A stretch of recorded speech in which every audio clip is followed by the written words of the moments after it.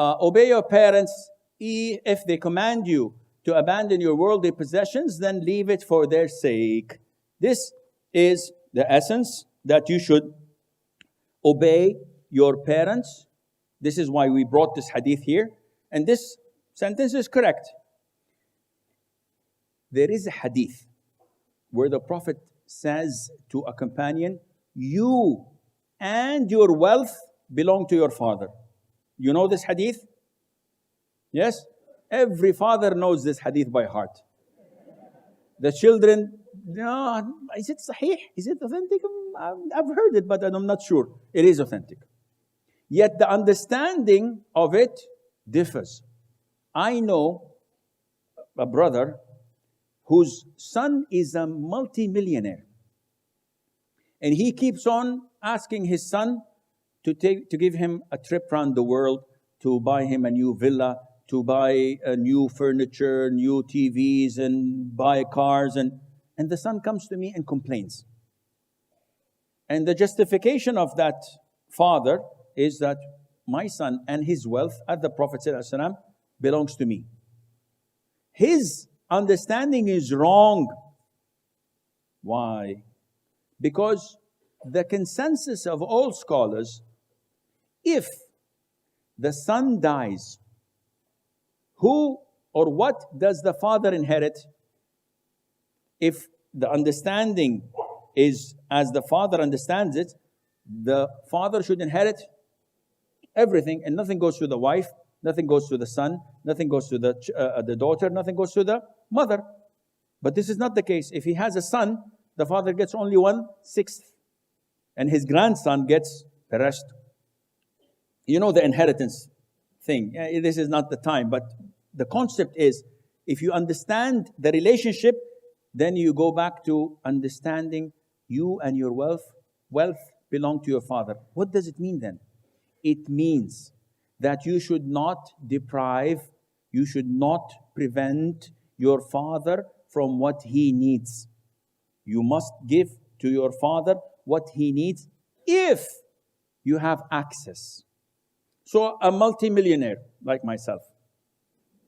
Why are they laughing? Okay. Manish, I forgive you. A multimillionaire like myself. My father comes and says, I want 100,000 ringgits to change the furniture of the house. Okay. I look into my father's wealth and I find that my father has in his bank account 100 million. Excuse me, why do you want to take from me? If I have access and it would not affect me, it is a must for me to give him. Because even if they ask you to come out of your worldly possessions, do it. But there are restrictions.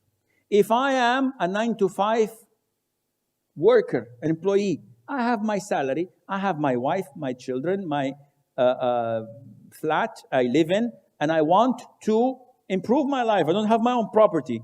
And he wants to take a portion of what I possess that would affect my wife's livelihood or my children's livelihood. In this case, I do not give him, except what he needs. If he's stone broke, I have to provide from him food, shelter. But if he has money and he asks me of something that harms me, I am not entitled to give him. It's not my obligation. I give you another example. I'm rich. I have money. And he has money, but not that rich. And he says, I need 10,000 ringgits. I said, with all pleasure, my father. Why do you need it for? He said, I want to give your brother the money so that he could go for vacation. No. Now you're not being fair to me. You want to use my money for my sibling? No. For you, I give you whatever you wish for your livelihood. But when you come and cross the line to take my money for my siblings, Islam tells you you're not to your obligation. Of course, if you have a lot of money like me, it's okay. It's best to give it to him, and Allah would quadruple it for you up to 700 times. Allah will return it to you. You did not work hard for the money, did you? Allah gave it to you.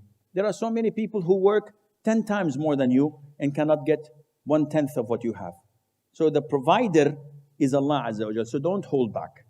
Whenever Allah tells you give, and then Allah would substitute you for that.